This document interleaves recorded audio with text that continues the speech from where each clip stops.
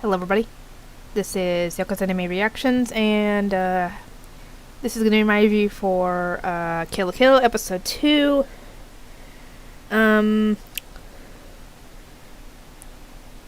This episode was not blind, obviously, because I had tried to record it before using Netflix, but Netflix has got a protection on it, so you can't do that. All you hear is the audio, you can't see anything. It's just a black screen.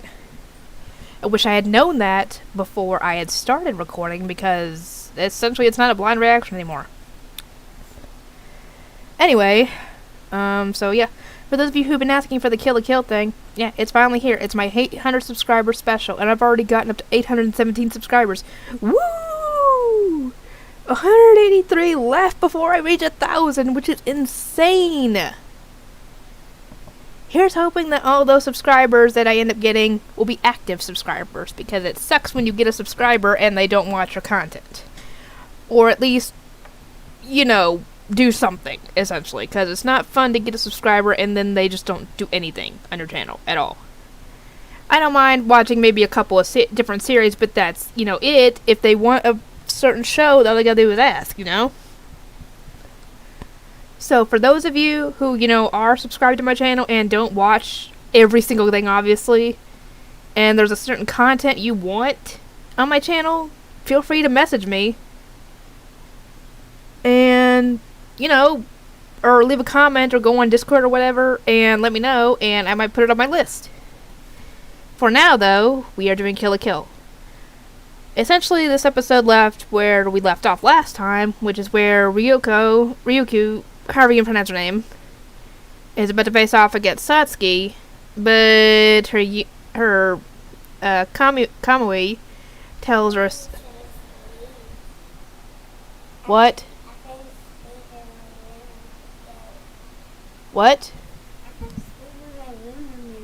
I know, you were sleeping in your room. Oh, and if you're wondering what happened to my bed back there, I had to take the sheets off it so they could get washed. So that's why. It's just a bare mattress at the moment. So for you wondering what the heck happened to my bed, that's why. The sheets need to be washed. And they are currently in the dryer at the moment, so soon the bed will be back to normal. Anyway, let's see. So yeah, he essentially tells her, yeah, you better stop or else you're gonna essentially pass out from blood loss. And yeah, it would have been nice if it had told her, yeah, there's a possibility you could pass out from blood loss by wearing me, essentially. By, you know, activating me. So, yeah, it would have been nice to know. And she decides to be the smart person and decide that's her cue to leave, essentially. So, yeah, at least she's not one of those people that would just continue with the fight anyway, even knowing this. Because that's not a smart decision, because that could get you killed. Go. What? You can have another of the Rolos, but you're not getting the M&Ms. The M&Ms are mine. You guys can have the Rolos, but you're not getting the bag, obviously. I'll give you 2. That's it. After this, you gotta wait till dinner, okay? To get any food. Sorry, I got a share bag of Rolos. And I've barely touched those, essentially. I've only had maybe 3 out of the whole bag. So the kids have been eating on those. And the kids had a good portion of the Skittles as well. But the M&Ms, they're not touching those. Those are mine.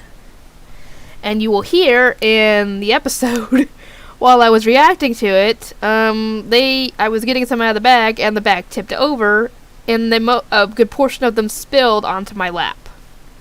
So, when you see a pause, obviously you don't see the actual pause, because I'm not in the shot when I do that, but I have to stop it, obviously, and pick up the M&Ms and put them back in the bag, essentially. Go back in your room, Jackson. Now, I'm busy.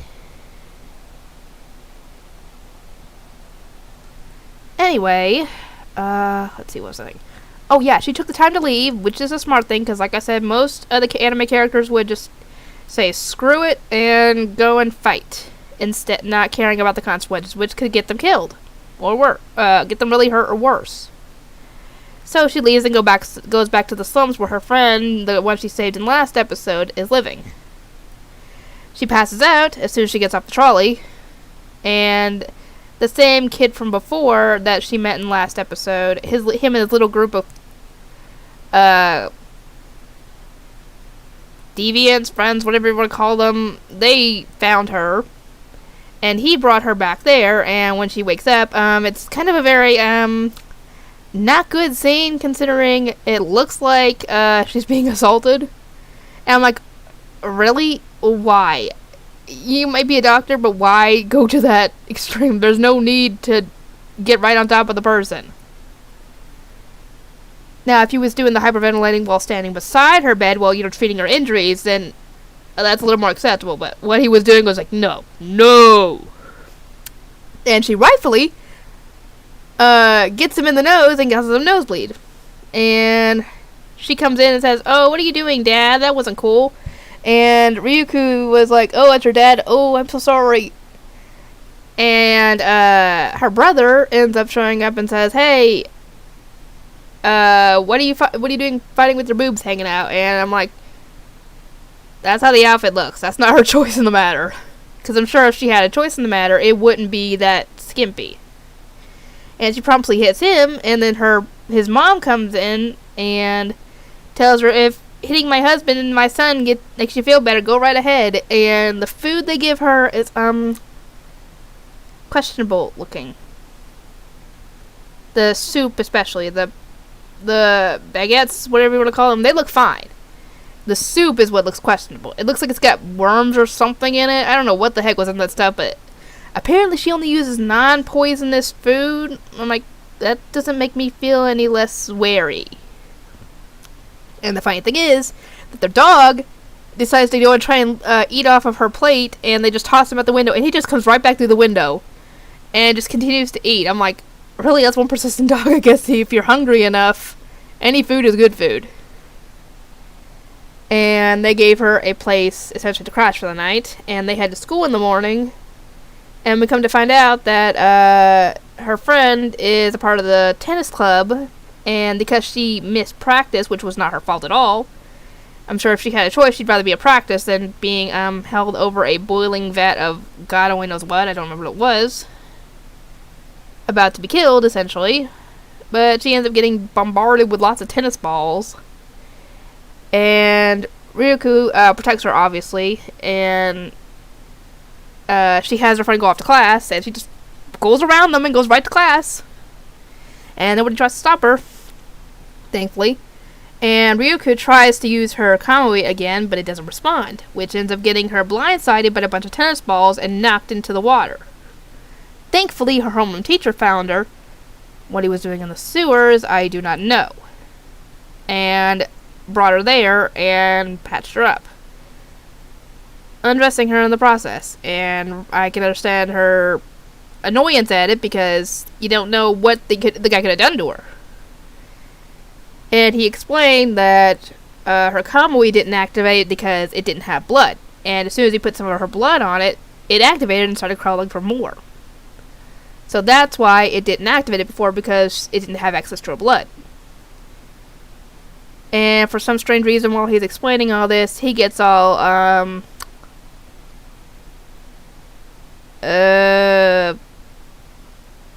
don't really know how to explain it, because I don't know if my nephew's around. Sexified? I guess you could say it. Something like that, essentially, because it was just like, what is going on here? And he explained that if she's able to be the tennis captain, that he'll explain to her everything he knows, essentially. And yeah, he gives her an item to be able to give the Kamui more access to her blood easily. And when she goes up for round 2, it's essentially they have to do a tennis match, because she essentially had first sliced all the tennis balls into pieces, and apparently that's not allowed because it's a tennis match. And isn't the point of tennis to keep the ball from hitting the ground on your side, essentially? Because it's hit the ground a couple of times, and then it goes to where she can hit the ball. So, am I not understanding tennis, or is that just to add drama or something? But, yeah, essentially, the hits that her tennis racket is taking cannot withstand the force coming from the ball and the hit from it. So she has to grab her scissor blade and modify it to where, the handle is where she's holding it to be like a tennis racket, and the Satsuki actually allows it. And she ends up beating the crap out of her and destroying her Goku uniform in the process. At first they weren't going to allow it, but Satsuki shows up right behind them and tells them, no, it's fine, she won.